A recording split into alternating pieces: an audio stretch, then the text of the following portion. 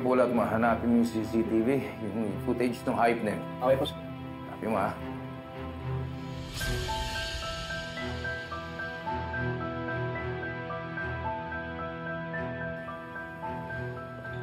Dad, what's going on? Gina, you won't believe kung sino nakita ko sa parking lot. Si Jun. Tanya, sige pa. Oh my God, what? Hindi ko lang business partner to. Best friend ko to. Isang malaking pagkakamali na kaibigan ko na binitray niya ako. What is he doing here? Siguro nalaman niya na supermarket natin to. Naniniktik. Gusto naman ako sigurong targetin. Sige pa, diretso pa. Oh, are you okay? Nakalapit ba siya sa'yo? Wala siyang magawa sa akin. Kaya lang, nakatakos yung gago. Yan. Malapit na. Dad, you have to be careful. Mamaya makalapit siya sa'yo. Hindi siya makakalapit sa akin. Sige lang, gawin lang niya. Baka pagsisihan niya. Baka siya pahantingin ko. Jacob, paki-print out mo yung litratong yan, ha? Capture. Hahantingin ko yung hype na yun. Print out mo. Dalawang kopya.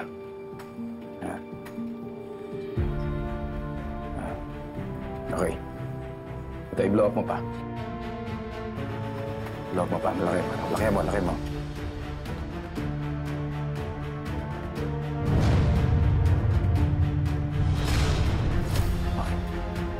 Isa pa.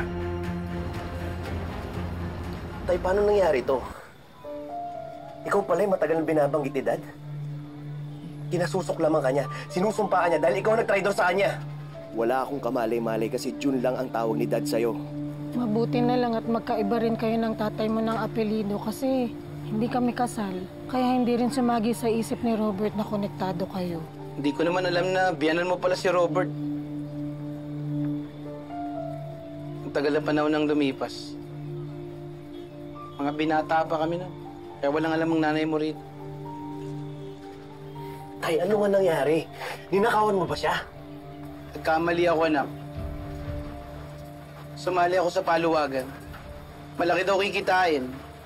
Mabilis daw yung balik ng perang ininvest mo. Alam ko kukontra si Robert kaya hindi ko na sinabi sa kanya. Ginamit ko yung pera sa account ng tinayo naming negosyo. Babalik ko naman kaagad. So, supresahin ko nga siya sa kikitain namin. Pero scam pala yung napasok ko. Tinakbuhan ako. Tay, ba't di mo sinabi sa kanya yan? Umalis na lang kayo nung walang paliwanagan. Ilang beses kong sinubukang umarap sa kanya pero wala akong mukhang mairap sa kanya. Nang liliit ako sa sarili ko. Mas mahirap pang umamin sa pamilya o kaibigan. Dahil naman masasaktan ng mga mahal mo. Gusto kong bayaran si Robert. Gusto kong makabawi sa kanya pero hindi ako masenso. Walang nangyaring maganda sa buhay ko. Pero na lang nung dumating ang nanay mo, pinanganak ka. Hindi pa rin makapaniwala tayo na basta na lang kayo nagtago sa kaibigan niyo at nawala na parang bula. Yun ang pinakamalaking pagkakamali.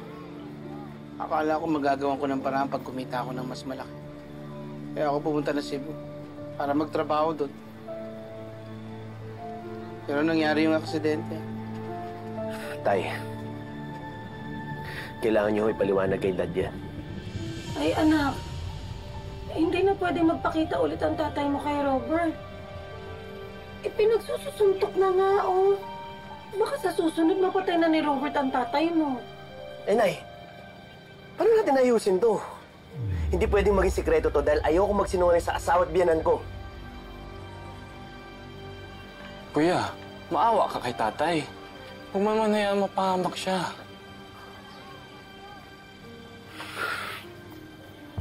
Pasensya ka na, anak. Alam ko maipit ka sa sitwasyon. Pero sana maintindihan mo itong gagawin ko. Kailangan ko magtago kay Robert. Pero gagawa pa rin ako ng paraan na mabayaran siya. Pero sa ngayon, hindi niya kailangan malaman na ako ng mama. Malaking gulo yun.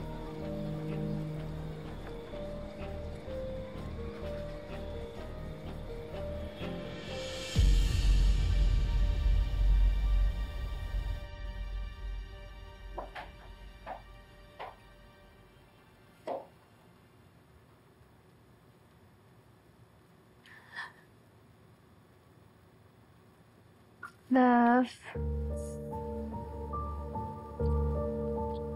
Huwag mo na isipin yung June na yun. Sigurado ako. Pagkatapos ng gagawin ko, makakalimutan mo lahat ng galit mo.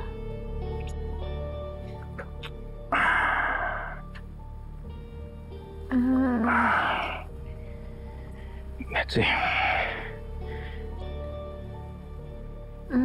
Wala ako sa mood. Papahinga muna ako.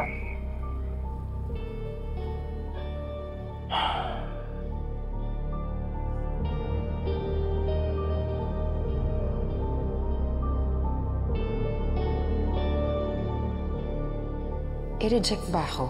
Talaga ba? Pinaglalawayan ako. Hindi tinatanggihan.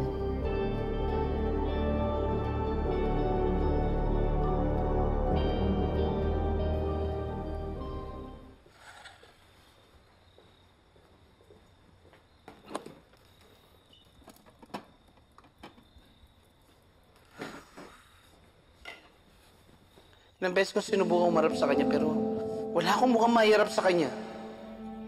Nangliliit ako sa sarili ko. Mas mahirap pang umamin sa pamilya o kaibigan. Dahil naman masasaktan ng mga mahal mo.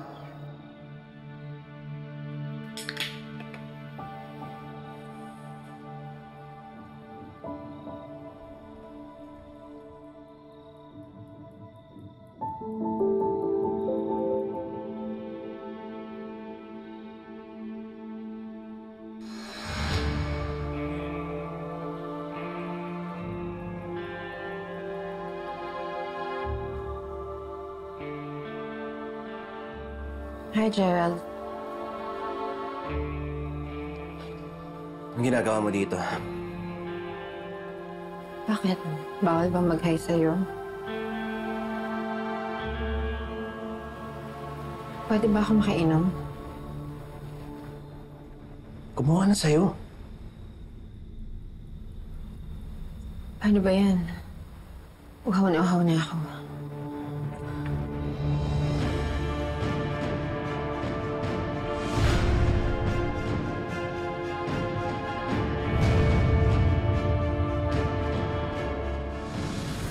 Kailangan mahuli ang hype na June na yan. Huwag lang siya magpapakita sa akin.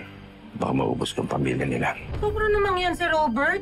Pero subukan niya saktan ng tatay mo o kahit sino sa inyo. Talagang magkakalabo-labo kaming dalawa. Akala ko ba bumibilib mo sa yung dalawa? Kaya ko makipagsabahin sa kanya sa supermarket. At balang araw, ako ang papalit sa posisyon ng asawa ko. At kapag nangyari yun, tatanggalin ko sa pwesto si Gina. What if nag-retire ka na kaya? Actually, naisip ko na rin mag-retire. Pero huwag mo muna sasabihin kahit pa kanino.